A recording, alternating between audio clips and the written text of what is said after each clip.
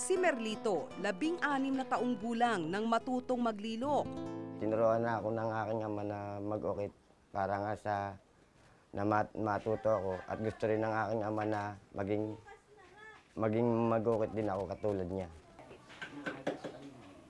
Dati, paet ang kanyang gamit at kahoy ang kanyang hinuhugis. Ngayon, kutsilyo ang kanyang hawak at prutas at gulay ang nilililok. Sa halip na sa paete, sa barko na ang kanyang trabaho. Ito nga pala yung aking huling sinakyang barko na Celebrity Silhouette. Dito ako sa barkong ito nagde-demo. Kapag nagde-demo ako dito ng yellow, vegetable carving, ay natutuwa lahat ang mga guests. May sariling negosyo sa paglililok ang tatay ni Merlito na binuksan noong 1978. Isinara ito nang humina ang industriya ng pag-uukit pagpasok ng dekada 90. Kaya noong 1992, nag-apply siya sa isang barko para maging kitchen artist. Kaya nga yun na nagkaingganyuhan na nga, nag-applyan na. Sa dahilan sa, yun na nga, mahina ang paukit ngayon, lalo humina ang mga kahoy. Kaya kami ay nakapag-apply dahil para sa makasuportahan naman namin ng aming pamilya.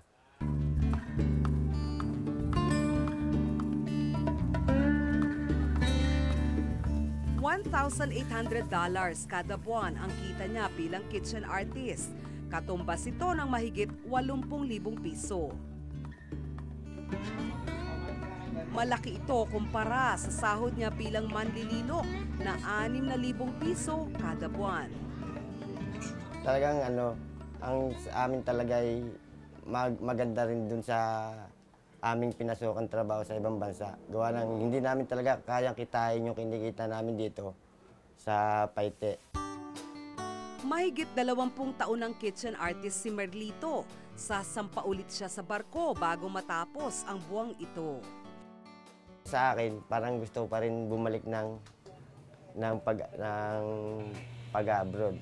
Siyempre, masaya na rin naman ako doon. Pero hindi ko naman kinakalimutan itong Paite.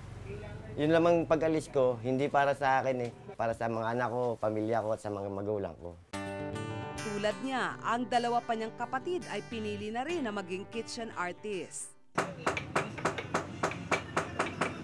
Hindi lang sa Paite, maging sa ibang bayan sa buong Pilipinas. Dahil nga ito ay isang patunay ng ekonomiya natin na hindi maganda. Napipilitang umalis yung magagaling na artist sa kanilang sariling bayan upang maghanap ng trabaho sa ibang bayan, sa ibang bansa. Mabubura ang industriya ng pag-uukit sa Paete kapag patuloy na mangingibang bansa ang susunod sanang henerasyon ng manlililok. Kasi kapag nawala ang mga magagaling na woodcarver, yung mga artist mo, nawawala ng tagaturo, namamatay yung industriya. Sa bawat salinlahi, mainam sanang maisalin ang kaalaman ng nakatatanda. Sa Paete, tila matatabas na ang husay sa pag-ukit dahil wala nang susunod na hahawak ng paet.